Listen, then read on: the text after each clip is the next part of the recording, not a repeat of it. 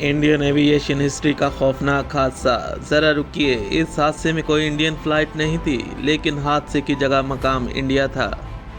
साल 12 नवंबर 1996 काज़ाकिस्तान की एक फ़्लाइट उड़ान भरती है। इस जहाज़ में 111 लोग सवार थे। इस फ्लाइट की मंजिल इंडिया न्यू दिल्ली एयरपोर्ट था।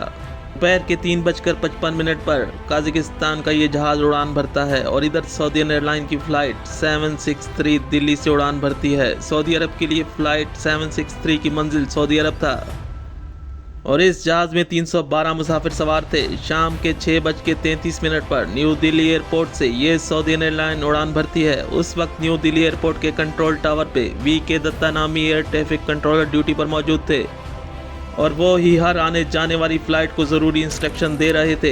अब वी.के. दत्ता सऊदी एयरलाइन 763 को 14,000 फीट की ऊंचाई मेंटेन करने के लिए कहते हैं। याद रहे, फ्लाइट 763 एक बोइंग 747 जहाज़ था। अब काज़ाकिस्तान का जहाज़ लैंड होने के करीब था। वी.के. दत्ता ने काज़ाकिस्तान की फ़्लाइट को 15,000 फीट की ऊंचाई रखने को कहते हैं और इस फ्लाइट के पायलट को बता दिया जाता है कि 14,000 फीट पर सऊदी एयरलाइन जहाज़ उड़ान भर रहा है। Pilots VK. दत्ता को ओके कहता है। यहाँ से शुरू होती है वो संगीन गलती। असल में सऊदी एयरलाइन बिल्कुल ठीक ऊंचाई यानी 14,000 फीट पर जा रही थी, लेकिन काज़ाकिस्तान की फ़्लाइट 15,000 फीट के बजाय 14,000 फीट पर जा रही थी। अब दोनों फ्लाइट एक ही रूट पर, एक ही ऊंचाई पर आमने सामने आ रहे थे। दोनों फ्लाइटों में बैठे हुए लोग बेफिक्र सफ़र कर रहे थे। किसी को ये नहीं मालूम था कि ये सफ़र इनकी ज़िंदगी का आखिरी सफ़र होने जा रहा है। यहाँ ये बात बताना ज़रूरी है कि किसी एयरलाइन रूट के जहाज़ों में फासला 1000 फीट होना चाहिए, लेकिन ये दोनों जहाज़ एक ही रूट पर, एक ही ऊंचाई पर आमने सामने आ रहे थे। कंट्रोल टावर पर वी.के. दत्ता दोनों जहाज़ों को रडार स्क्रीन पर दिखाई दे रहे थे और एक ही रूट पर मौजूद थे। यहाँ वी.के. दत्ता काज़ाकिस्तान की फ़्लाइट से रब्ता शुरू करने की कोशिश करते हैं, लेकिन रब्ता नहीं होता और अचानक ये दोनों जहाज़ रडार स्क्रीन पर एक दूसरे से मिलते हुए दिखाई देते हैं और कुछ ही मिनट बाद यानी दोनों फ्लाइट रडार स्क्रीन से गायब हो जाते हैं। वी.के. दत्ता समझ जाते हैं कि कोई संगीन गलती हो चुकी है। दिल्ली से तकरीबन 100 किलोमीटर दूर एक शहर चरखी दादरी, वहां लोगों को आसमान पे गिरते हुए लोहे के टुकड़े, लाशों के गिरते हुए टुकड़े दिखाई देते हैं। तकरीबन 1000 किलोमीटर रेडियस पर दोनों जहाज़ों का मलबा और मसक शुदा लाशों के टुकड़े बिखरे हुए I can't explain it because I have never seen. None of the passengers aboard either plane has survived.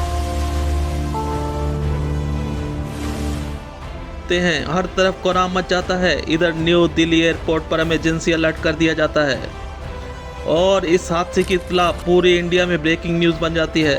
Saudi अरब को इत्तला मौसूल हो जाती है कि सऊदी एयरलाइन 763 क्रैश हो चुकी है। चरखी दादरी में सारा एरिया को कॉर्डन ऑफ कर दिया जाता है।